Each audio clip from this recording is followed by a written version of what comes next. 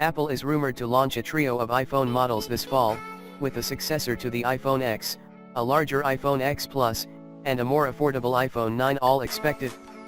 Luckily, we don't have to wait that long to see what these devices look like, as we've acquired dummy units that tells us all we need to know about Apple's new phones. The most exciting release will be Apple's iPhone X Plus, not the final name, which will essentially be a larger iPhone X, complete with a notch and dual camera setup. The dummy unit doesn't turn on, of course, but it does give insight as to what the handset will feel like when it launches. Compared to Apple's iPhone 8 Plus, the iPhone X Plus feels nearly identical in terms of size. To our eyes, it looks like the two phones share the same dimensions, with one key difference: the iPhone X Plus is expected to feature a massive 6.5-inch display.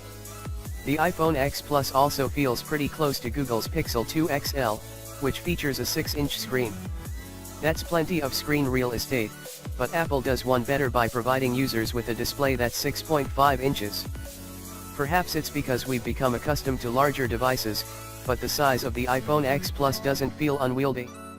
It's still a little big for my taste, as I believe the iPhone X is much more manageable, but consumers who prefer more screen will no doubt be smitten by the size of the iPhone X Plus. The larger screen real estate should make content feel immersive, while providing users with more information in certain apps.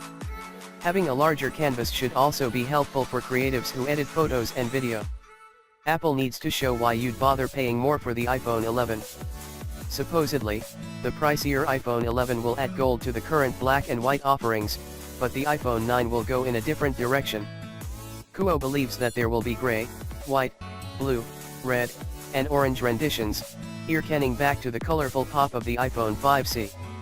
Except, classier. The photo above shows dummy models of the iPhone 11 Plus and iPhone 9 based on leaked specs, showing the potential difference between the new largest iPhone, with a 6.5-in OLED display, and the middle-sized 6.1-in LCD model. As for the iPhone 9, it's easy to mistake it for the iPhone X. It features a display notch, all-glass design, and a style that's nearly identical. The only discernible difference is that it has a single camera on the back. Instead, it's sticking with an LCD panel, just like every other iPhone before the iPhone X, which means a bit weaker contrast and less vibrancy than OLED is capable of. Rumors suggest that the 6.1-inch LCD panel will also stick to the same kind of resolution as the iPhone 8, landing in the 320 to 330 ppi range. That seems like a major misstep to us, if true. Increase that to 6.1-inch and it's only going to be worse. Using a 1080p panel for that size would be fine. We've seen plenty of 6-in 1080p panels and they're quite good. Apple's 5.5-inch iPhone 8 Plus panel is 1080p and it's great.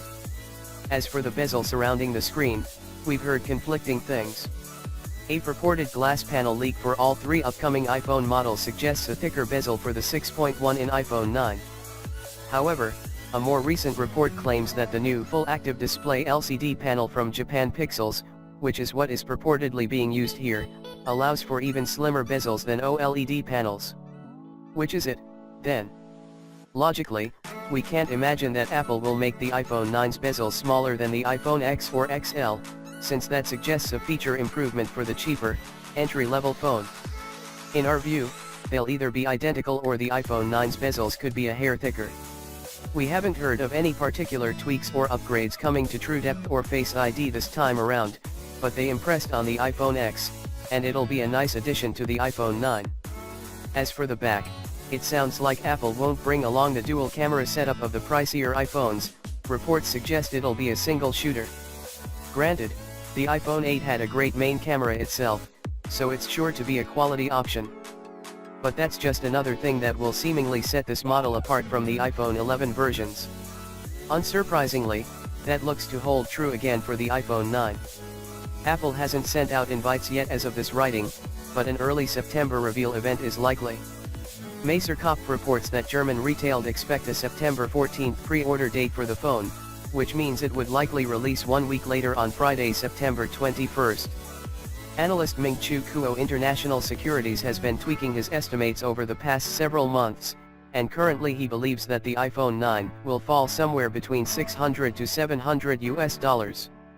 The iPhone 8 released at $699, while the iPhone 7 was $649.